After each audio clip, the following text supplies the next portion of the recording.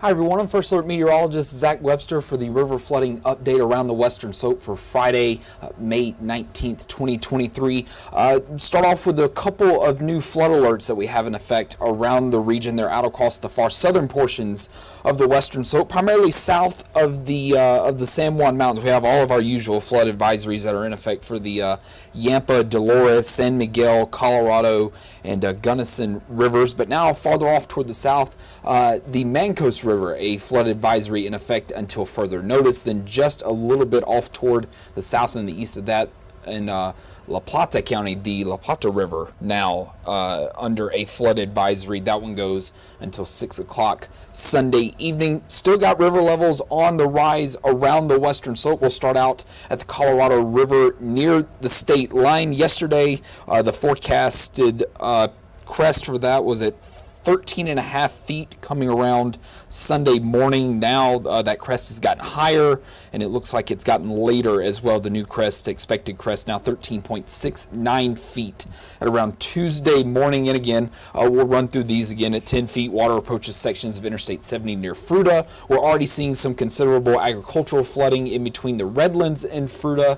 And as we continue to get closer and closer to that 14-foot mark, if we do reach that point, some flooding likely in the Redlands. And again, that mark is at 14 feet, the new expected crest for the Colorado River at the state line, now 13.69 feet, that coming on Tuesday morning. Moving over to the Gunnison River, over near Grand Junction. Again, yesterday, the expected crest for that one, 12.03 feet. That coming on Saturday night. The crest has gotten a day later and a little bit higher as well, 12.49 feet. Now the expected crest, again, Sunday night for the Gunnison River near Grand Junction. We're already well above that 9-foot mark where lowland flooding happening near Redlands Dam, and we're already past this mark too. 11 feet water nears the bottom of the Highway 141 bridge and the base of the bridge near Redlands Dam. And then the next mark we're going to come close to 13 feet. Looks like we should come up about a half a foot short on that. If we do see the Gunnison River near Grand Junction reach 13 feet, we could see some residential flooding beginning right around Redlands Dam. And again, one final place to look at here. Some good news, at least here with this one. The Gunnison River at Delta yesterday was expected to crest Saturday evening at 10.12 feet. That has now actually come down a little bit, 9.82 feet. The new expected crest for the Gunnison River at Delta, that happening Monday afternoon. We're currently sitting at 8.83 feet, so we're already seeing some minor lowland flooding along the riverbanks near Delta. And then once the river reaches its crest, we could get very close to that 10-foot mark where water reaches the berms near Four Seasons River Inn RV Park and Riverwood Mobile Home Park. And fortunately, it looks like we should stay a pretty good ways away from this, but we are already starting to see some of these effects. Portions of Confluence Park, near the river starts to flow. We're already starting to see some of that, but we would definitely see that a lot more if the river reaches that 11-foot mark, which fortunately looks like we should stay a pretty good ways away from that. So definitely some good news, at least in the sense that the river, at least the expected crest, not going to be as high as we expected it to be yesterday, but that crest does come a little bit later on into the week. Another thing we're going to be watching, in addition to the melting snowpack that continues with these temperatures still in the middle to upper 70s, we'll be in the lower to middle 80s by the middle of next week.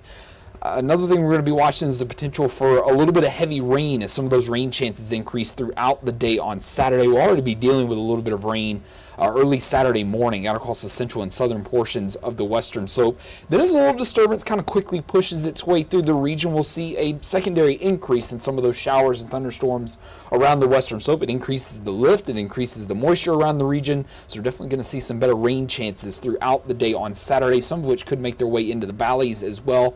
Some of that rain could be a little bit heavy at times, and then drier air starts to move in as we head into the overnight hours Saturday night and into early Sunday morning.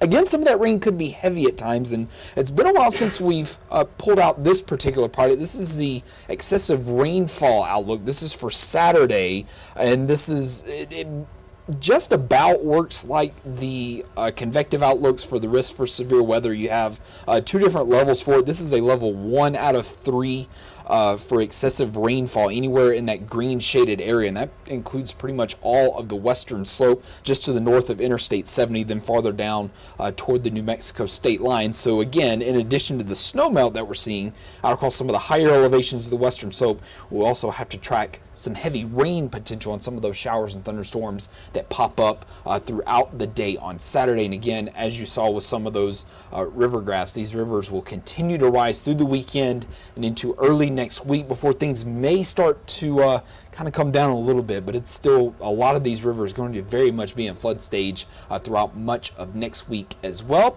As usual, we'll continue to have updates every weekday morning. I'm meteorologist Zack Webster. Thank you for watching.